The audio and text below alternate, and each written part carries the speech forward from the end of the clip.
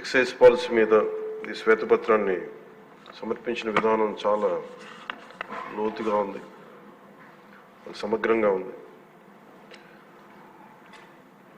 ముఖ్యంగా ఈ ఎక్సైజ్ పాలసీకి సంబంధించి గత 5 సంవత్సరాల్లో ఎలాంటి సమస్యలు ఉన్నాయి, ప్రజలు ఎలాంటి బాధలు పడ్డారు, ముఖ్యంగా ఇలా కల్తీ సారా తాగి, ఇలాంటి ఇలిసిట్ లిక్కర్ తాగి, వారి ప్రైవేట్ బ్రాండ్స్ తాగి ప్రజలు ఏ స్థాయికి వెళ్ళిపోయారు అనేది ప్రత్యక్షంగా నేను కూడా చాలా నా దగ్గరికి వచ్చి చాలా సమస్యలు చెప్పుకున్నారు ప్రజలు. ముఖ్యంగా గుంటూరు నుంచి ఒక బాధితురాలు వచ్చి భర్తను తీసుకొచ్చింది. భర్తను తీసుకొచ్చి నా భర్త నన్ను కొట్టేస్తున్నాడు, మీరు మాట్లాడండి, వీళ్ళు మందు తాగిని చెప్పి ఆవిడ పాపం బాధపడుతుంటే ఉళ్ళ దెబ్బలు చూపించింది. భర్తను అడిగితే భర్త ఏమన్నాడంటే, నేను ఎప్పుడు ఇలా చేసేవాడిని కాదు, మందు తాగగానే నాకు అట్లా అయిపోతుంది, ఇది నర్వస్ డిజార్డర్ వచ్చేస్తుంది, న్యూరలాజికల్ డిజార్డర్ వచ్చేస్తుంది అనేది తర్వాత దీంట్లో తేలింది అధ్యక్ష. పూర్ణ ఒకసారి అంటే ఇది ఇంకా విష్ణుకుమార్ రాజు గారు చెప్పినట్టుగా ఇది ఇంకా 3,000 కోట్లుగా చాలా లోతైన దోపిడీ జరిగింది. దీంట్లో లాస్ ఆఫ్ కన్సిడరబుల్ రెవెన్యూ దాదాపు 18,860 కోట్ల 51 లక్షలు అనేది ప్రాథమికంగా తేలింది. దీంట్లో అంటే ప్రజలకు కావాల్సిన డబ్బు, ప్రజలకి రావాల్సిన డబ్బు ఇవన్నీ కూడా ఎక్కడికి వెళ్ళిపోయినాయి. నిన్న ప్రధానమంత్రి గారు మనకి కేంద్రం బడ్జెట్లో మనకి 15,000 కోట్లు ఇవ్వగానే ఇందాక గౌరవ ముఖ్యమంత్రి గారు చెప్పినట్టుగా మనం అందరం చాలా ఆనందపడ్డాం. అంటే దీంట్లోనే నిజంగా ఈ 15,000 చిల్లర కోట్లు మనకు వచ్చిందంటే అసలు క్యాపిటల్కి ఇబ్బంది కూడా ఉండేది కాదు. పోలవరం చాలా వరకు అయిపోయాయి. ఇవన్నీ పక్కన పెడితే అధ్యక్ష, నిన్న రివ్యూ చేస్తా ఉంటే ఒక 20,000 తీసుకున్నాడు ఒక అధికారి, మన ఏసీబీ వాళ్ళు తీసుకున్నారు, ఇంటర్ డిపార్ట్మెంట్ ఏమన్నా డిపార్ట్మెంటల్ ఎంక్వైరీ చేస్తాం అని చెప్పేసి ఒక రివ్యూ ఏదో కేసు గురించి చదువుతా ఉంటే తనకి కాంపెన్సేషన్ రావాలి, తనకి కోర్టుకి వెళ్ళారు. అది మాట్లాడుతున్నా ఒకటే అనిపించింది, ఒక చిన్నపాటి ఉద్యోగి తప్పు చేస్తే 20,000 రూపాయలు లంచం తీసుకున్నాడని చెప్పి లంచం తీసుకున్నందుకు ఏసీబీ ఎంక్వైరీ ఉంది, లేదంటే డిపార్ట్మెంటల్ ఎంక్వైరీ ఉంది.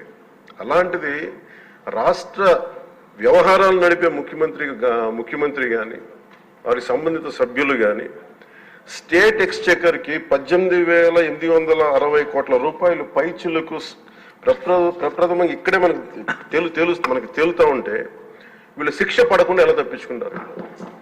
శిక్ష పడాలి.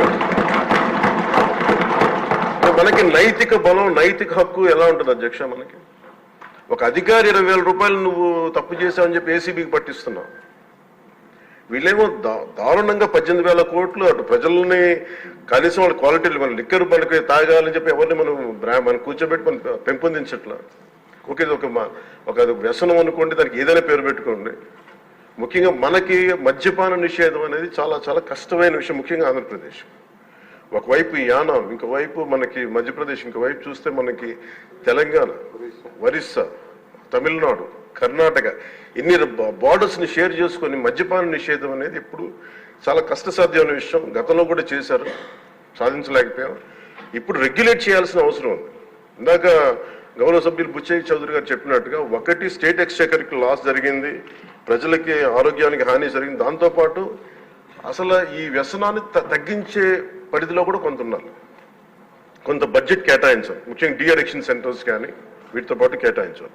అది కూడా సూచన బుచ్చయ్య చౌదరి గారు చెప్పిన సూచన కూడా మనం పరిగణలో తీసుకోవాలి అధ్యక్ష.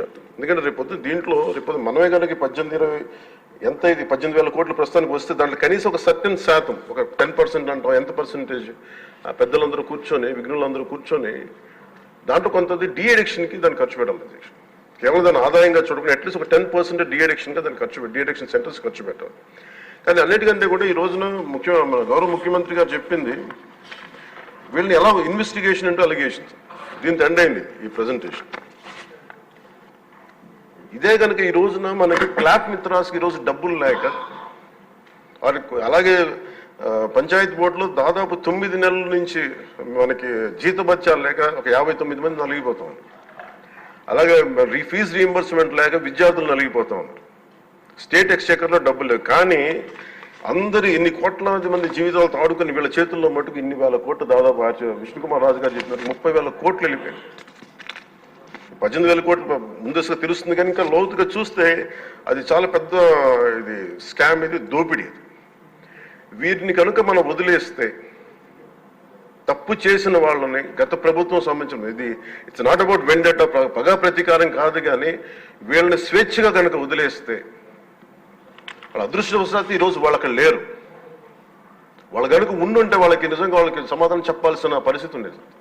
తప్పించుకొని పారిపోయారు వాళ్ళు ఈరోజు, తప్పించుకొని పారిపోయారు వాళ్ళు. We have to make them accountable అధ్యక్ష. వాళ్ళు we have to bring them into accountability. They have to be penalised.